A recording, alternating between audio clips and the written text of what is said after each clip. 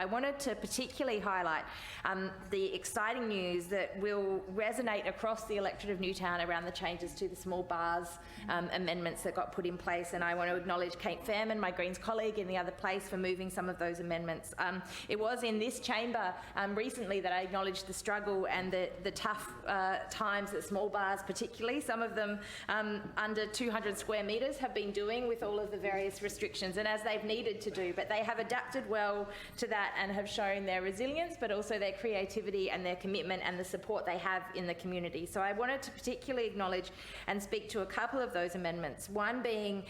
the Greens amendment that was successfully moved that will see permanent changes to liquor laws so that small bars are able to maintain the current arrangement where they're able to sell house-made cocktails for purchase away from the premises, and that this arrangement will provide additional revenue for small bars, especially at a time when we see that these new normals of the restrictions will continue. The second amendment was an absolute game changer in that it will allow small bars to be able to close to the general public for the purpose of a private function, a wedding and other activities, and the other one was allowing small bars to be able to open on restricted trading days. I think that all of us would agree, and I think that's really important for us to recognise that in the same way that others are operating under restricted hours, that the flexibility of small bars to be able to open in that space, particularly in communities where on those days often people are living in very small homes or other environments where they can't have their friends or other people over in an easy way. Small bars provide another social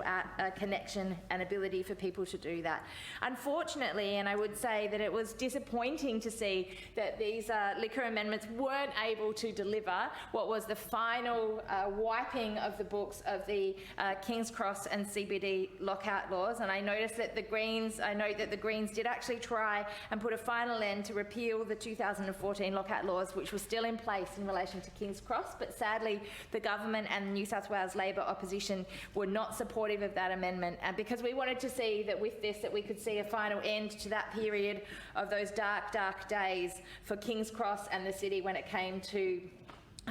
the loss of such significant parts of our nightlife. But sadly that wasn't the case, but that's not to say there hasn't been some other good amendments in there. Particularly, I think we will see that it's absolutely crucial as we start to move forward to give councils and local governments the power to actually shift with some of those regulations, to actually recognise that we want vibrant nighttime activities happening in our communities is key, making sure that the community is consulted with them. But I did want to say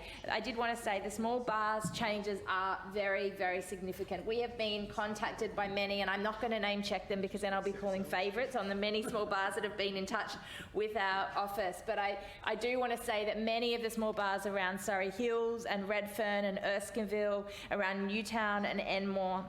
have been doing it really, really tough, and I do hope that these changes will provide them with an extra level of support and recognition that there are people in this place that are paying attention to them, not just to the big end of town, the big booze barns and the people that are making massive, massive amounts of money out of the liquor industry and the hotels associations, but rather the small bars and the people that are connected with our local community, that are doing what they can to support live music, to support creativity and support creative ways of being able to make funds when they are restricted and needing to comply as they should be with the health advice. I will end by saying that I remember, and it's sad to see that we can't have people in the gallery at the moment, that I absolutely want to pay credit and acknowledge the many, many thousands of people,